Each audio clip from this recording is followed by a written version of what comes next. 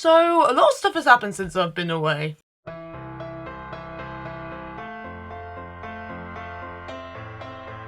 Most of you know who have been on my channel, I went to Summer in the City to volunteer for 3 days, as well as be on a smaller YouTube panel on the Sunday. And do you know what? It was the most fun I've had in ages. It's really great. I don't know why I've not bought tickets before. It's totally amazeballs. On the volunteering side, I met some really lovely people. I had a really lovely friend that I was walking around with for the past 3 days, and we got really close. I got lots of friends from the wristbanding, and let's just say on wristbanding I'm pretty damn good at handing out the good old goodie bags. Later, maybe next week, I'll leave a vlog about how volunteering works and what you are expected to do and stuff, and what you're not expected to do, because there are rules and you need to comply with those rules, and then everything goes smoothly. So unfortunately I didn't take my camera with me to vlog it like most vloggers do for Summer in the City, because obviously I'm volunteering. I don't have time for that. Don't have time for that stuff.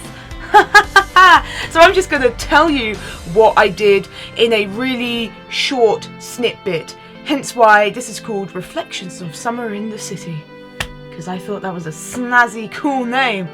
Am I right? Am I right? I am right. So, as anyone from Summer in the City knows, that Friday is Creator Day. Creator Day isn't as busy as Saturday, and it's right about the same as Sunday. So that was really nice, giving out goodie bags and all that. I also walked around on my free time in my breaks, because I only work till 1 o'clock every day, and I met Tomska, and that was really nice. And I talked about how his Bigger Loser videos helped me with all the binge eating that I had at the time. I watched them before I went on holiday, and it made me feel a little bit better about going on holiday, because I was still having those binges and they suck. And he gave me a voluntary hug, and we had a really serious subject about eating disorders and being a YouTuber, and it was really nice. On the Saturday, it was our busiest time, giving goodie bags left, right and centre for chow. I was like the ninja. I was like a flipping goodie bag ninja, giving it to people on my left and my right. I was a pro. Anyway, after my shift, I went to see some panels, because I had Saturday tickets and I could go and see them because I can. And I went to see the mental health panel, which is the most amazing panel ever. I think it's one of the best.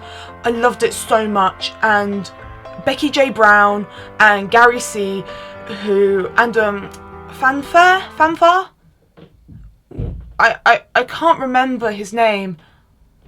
That's embarrassing. Oh god. But those 3 YouTubers, I hadn't heard of them before, but the stuff they talked about was just so cathartic, inspiring, made me feel better and happier about myself. And Gary talked about how you shouldn't put pressure on yourself to maybe make mental health videos if you don't want to, or you shouldn't put pressure on yourself to keep to a schedule, put it up when you want to. And I feel like that's really great, because obviously I am such a people pleaser and I wanted to put out 2 videos every week. Now I only put 1 video out every week, because I feel like that's sufficient enough for me to want to do other things as well as YouTube. And also, I'm just a busy girl. I am just a very busy girl. And there ain't no problem about that. I also went by accident to the YouTube Honesty Hour panel. I didn't mean to. I accidentally just got in the queue. But actually, it was really interesting as well. And I didn't realise so much stuff. Like, obviously, the drama. I mean, I hate YouTube drama for starters. That sucks. Just get that out of my life. And also, there were talking about people taking content from other people's videos. I didn't know people did that, and I think that's such a shame. That's such a shame that you are cruising off other people's work without even telling people that it's not your work and you're not crediting them, and that's really sad and upsetting. And they also talked about relationships on the internet as well, and wow, everything about that. They were just so open and honest. And they also talked about books and stuff, and about ghostwriting, and yeah, that was really good. That was really interesting. I also went to the body positivity one straight after, so as soon as I came out I went straight back into the queue, because I was like, oh dear gosh. But that was really good and really interesting, and I was just so... It made me feel better about myself, made me feel happier that other women were talking about, hey, we don't need to be a certain size, babes, to actually do stuff and live in the world. So I was really proud and happy about that. But the piece de resistance, the creme de la creme of everything, was doing the small YouTubers panel. And oh my gosh, I've never done a panel before ever in my life. The closest I've got to up on stage is singing, dancing and acting. But this panel was amazing and it was so lovely, and I was so nervous even when I was introducing myself. And as soon as I said to people that I was in recovery from anorexia, I told them that I was with anorexia for 2 years and I was in recovery, people clapped. And I was like, oh, you didn't have to clap the fact I was in recovery. I'm used to just telling people. Oh, and it made me feel a little bit happy. And then as soon as I started talking to people and people were laughing at the stuff I had to say, because I think I'm the funniest person in the room, and I never think when I put videos out that people are going to laugh, but getting that organic response, live response from people, I was like, oh, am I funny? I didn't know I was funny. I'm just saying stuff in the hopes that I am going to be a funny kid. Well, turns out I am. So thank you for people who think I'm funny. But I'm not going to be a comedian in the long run, because I'm just too scared. But if you all were there at the panel, thank you so much for coming to the panel, because afterwards I had some of the loveliest tweets looking at them at the Emirates cable car with a bunch of strangers, because they like to put me on with a bunch of strangers. I'm the only one. I was reading all the tweets. I've never had so many notifications in my life, and I nearly cried on the cable car. That was a nice surprise. Thanks guys for nearly making me burst my tears, burst my water ducts for nearly everyone, and I didn't. Although I did get a weird look from the man in the cable car. That look of what are you doing? And I was like, if you were at the Excel Centre, you would totally understand. So I made a lovely video for you guys instead, hoping that I might cry then. Turns out I'm too British to cry.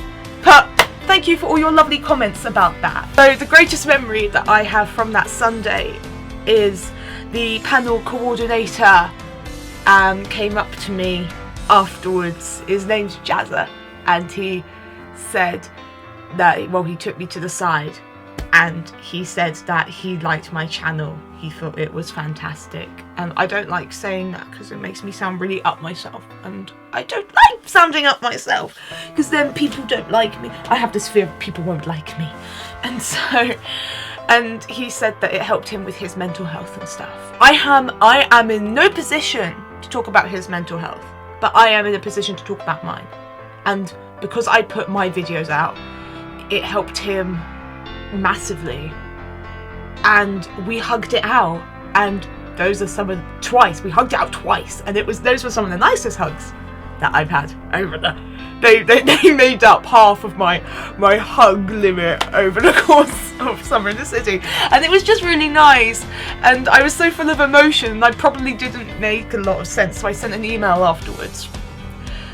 I did say to him, you know, this is the part where I say, shall we keep in contact? You say yes, and then we never do. And he says, no, I want to keep in contact. We probably won't. I'd love to stay in contact.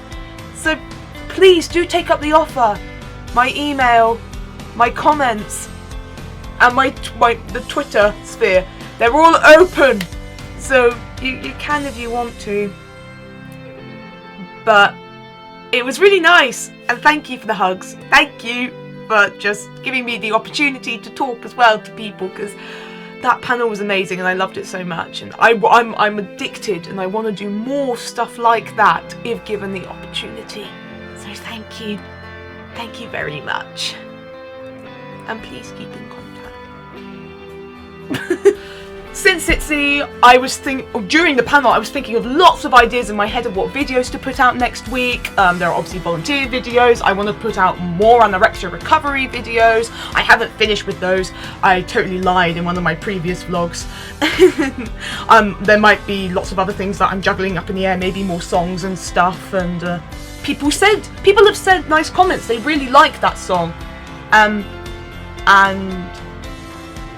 also, I forgot to say that actually on Twitter, I've now got a hashtag. I'm now #BerryFan. So we are now a fandom of Berry fans. Don't know if you like that. To be honest, I was going for Recovery Scouts, but hey, you know, I'm not gonna argue. And I've been shipped with a girl called Abby. We're now called Ebby. I am in my first ship. Hopefully it doesn't sink. But hey, I've never been shipped with someone before. So, thank you for the ship. I appreciate it. If you've enjoyed this video, then you can like it down below. If you didn't, there is the other button, but I suggest you don't use it. Just because. Of course, you can comment below telling me what you think. And you can also subscribe to me down below. And also, if you want to check me out on my social media, my Twitter is rife at the moment. So yeah, I don't use my Facebook that much. I really should, but it's a pain to use it on your phone. It's just an arse. And I will see you next week in the next video. I hope this made sense. Wasn't too babbly. Okay,